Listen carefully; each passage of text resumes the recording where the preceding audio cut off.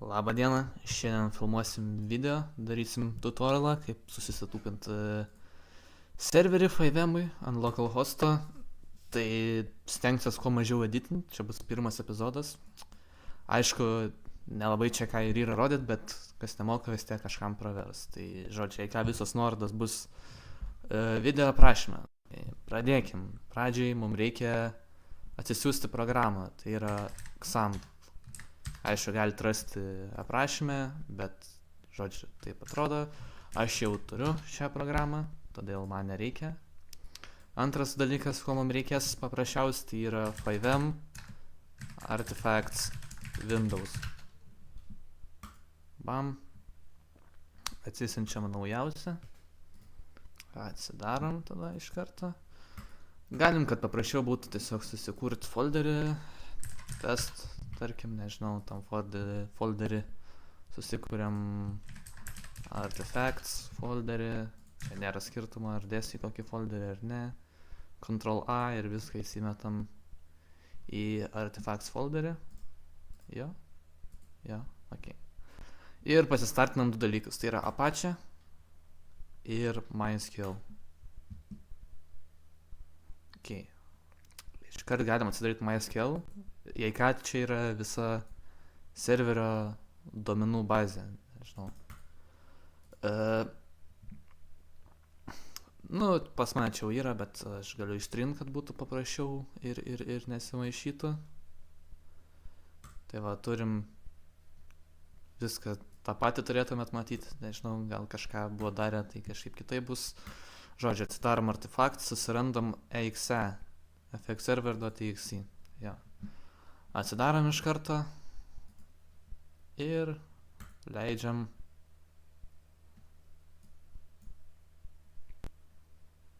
Ir serveris pasileido. Jeigu nesat susilinkinę, nežinau, kažko, man atrodo 5M reikia būti prisijungus tiesiog, tai prisijungit ir tiesiog sulinkinkit, čia tas kodukas nieko nedaro.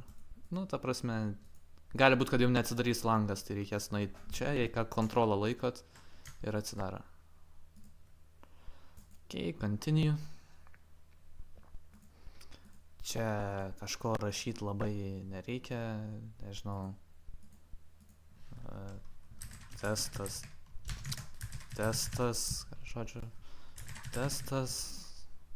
perskaitėm, ok, rašyti nemoku, what the fuck. Aišku, man čia 20 kartų virusinėmės, bet gerai, toliau, next, čia pavadinimą galite rašyti, ką norit, aš parašysiu test, serveris,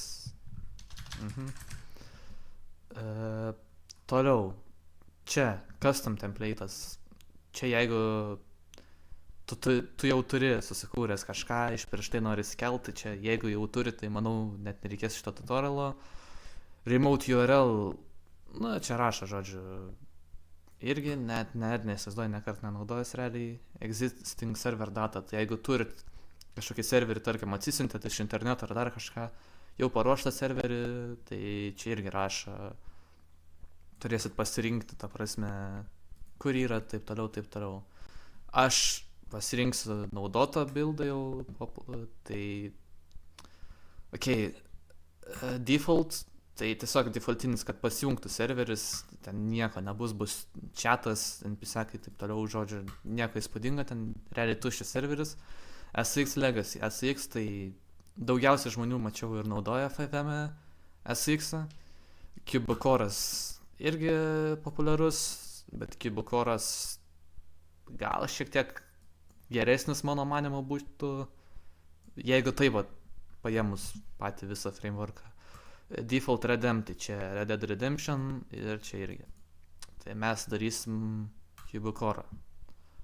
Čia kur norit, galite pasirinkti, kur norit, kad būtų jūsų tas serveris išsaugotas, man tinka, sukurs naują folderį ir gauti license key, kur gauti. Realiai tai čia yra, bet galim parašyti tiesiog 5M master key master, same shit. Pasitvirtinam, kad žmogus esam, prisijungiam, tada po kairę new server spaudžiam, pasivadinam, čia tik jūs matysit, tai rašom testuoju serverio IP, čia reiktų šiaip savo IP mes, tai aš įmetu savo, bet jūs nematysit mano IP, tiesiog numeskit savo IP. Savo IP tai galite sužinoti tiesiog arba paguglinę what's my IP, arba atsidarot CMD, parašot IP config ir išmeta jūsų visus reikiamus IP adresus. Jums reikia IPv4, jei neklystu. Tai ja. Tai na arba tiesiog į Google parašot my IP, nesvarbu pirmas linkas. Ir bam, išmeta. Ok. Toliau server type. Order/home hosted renkamės. Parašom home hosted, bet nemanau, kad čia kažkas keičia, jeigu čia neparašysi. Ir generuojam raktą. Šitas raktas yra nemokamas, ką reiškia, kad čia gali būti, jei neklystu, iki 48 žmonių ir prisijungti. Ir neveiks kai kurie dalykai, jei neklystu. Ir aišku, server listą jo nerodys, tik per IP galės jungtis.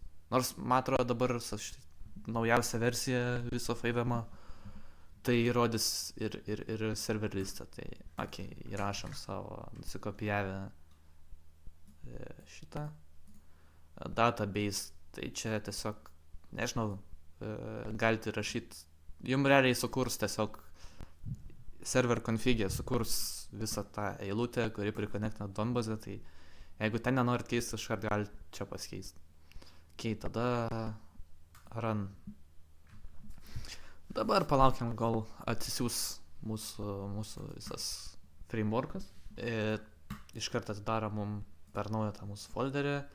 Spaudžiam next. Toliau. Čia jūsų yra server CFG.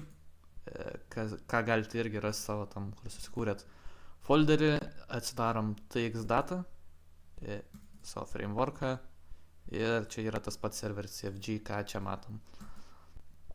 Ok, pabandysiu greit praeiti pagrindinius dalykus, ko reikia. Tai endpointų mes nekeičiam, max clientas, kiek max talpins maksimaliai žmonių, tai tarkim pakeičiam, aš noriu vieną žaisti, tai bus vienas Steam Web API Key, galim parašyti Steam Web API Key.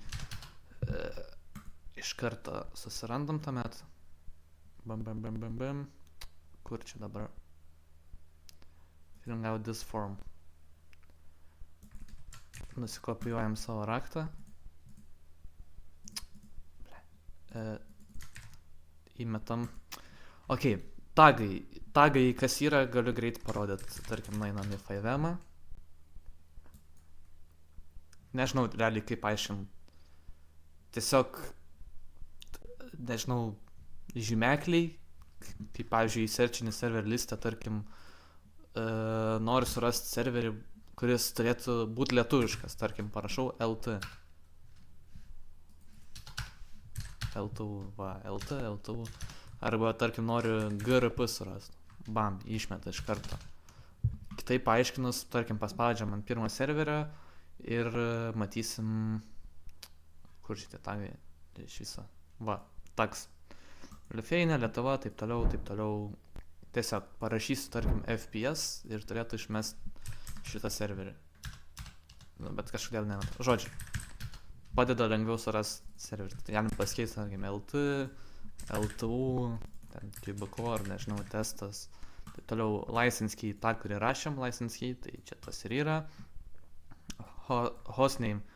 Tai yra serverio pavadinimas, kurį rodo, tai tarkim testo serveris, project name, tai projekto pavadinimas, tai ne testas ir aprašymas nieko neįdomus serveris, kur jau buvom įrašę. Locales NUS, jeigu norim daryti lietuvišką serverį, tai pakeičiam LT. Icon, mylogo.png, tai šitą. Čia galite tiesiog pakeisti nuotrauką ir pasikeisti, jeigu pakeitėt pavadinimą, galite pasikeisti ir šitą. FiveM Game Buildas, tarkim yra FiveM Game Builds. Pasižiūrim, nes aš mintinai jų tikrai nemoku. yra žaidimo update'ai. Tai tarkim, va čia man atrodo turėtų būti.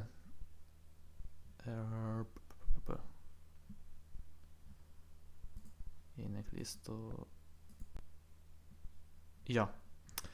Yra 5M'as update'inas ir turi kaip ir DLC's, nežinau kaip aiškinti. Tiesiog savo pavadinimus, tarkim, naujausias yra The Chop Shop. Tai mes, tarkim, norim naudoti naujausią GTA update'ą, kad būtų naujausios mašinos, viso kita. Tai mes galim pasikeisti, tarkim, į 3095. Bet naujausias nereiškia, kad yra geriausias. Gali būti 5M lagin trūkumų, būti taip toliau. MySQL Connection Stringas. Tai tas, kur, kaip ir sakiau, kur įrašys už mus, kur keitėm SQL. Voice config, tai čia yra šnekėjimo balsu, visa ta sistema, gali čia pasikeisti, tai tarkim, use native audio, taip toliau, žodžiu.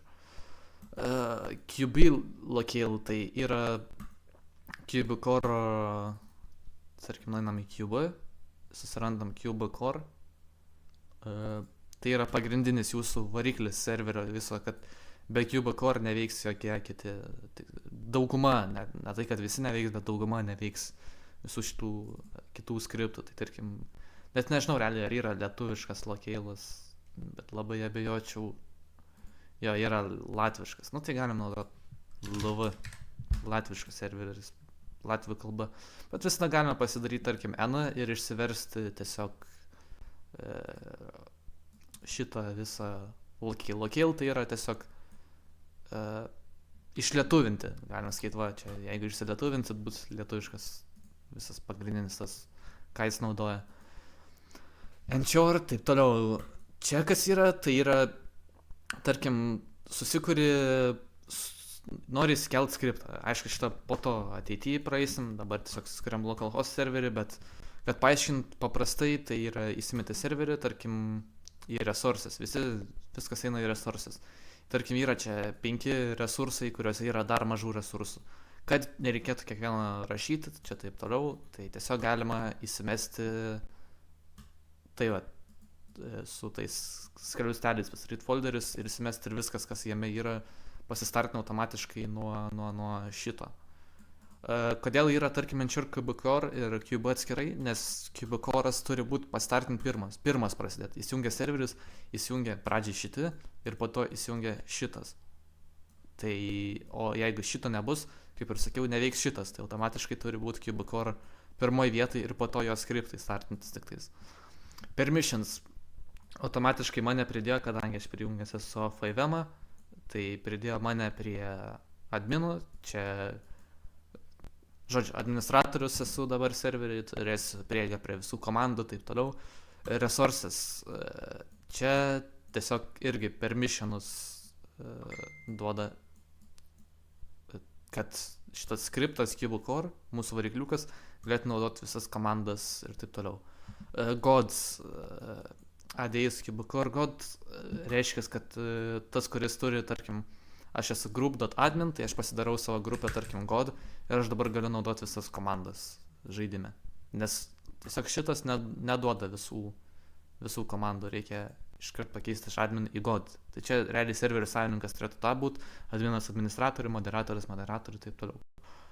Toliau, inheritance, tai tiesiog paveldi, kokias grupės paveldi, kokias prieigas, taip toliau. Čia neįdomu, žodžiu, išsaugom, netimpi laiko. Išsaugom, pasileidžiam serverį. Bam, kaip matom, viskas gražiai pasileidžia, visa kita. Ir realiai jau galima jungti serverį, bet, žodžiu, ačiū, kad žiūrėt, tikiuosi kažkam, kam pravertė, pavyko. Galėsit pradėti pažiūrėti kitus video, kai išeis, ir pasistatyti savo serverį. Atsiras daugiau, aišku, ir shoot serverių, bet, oh well.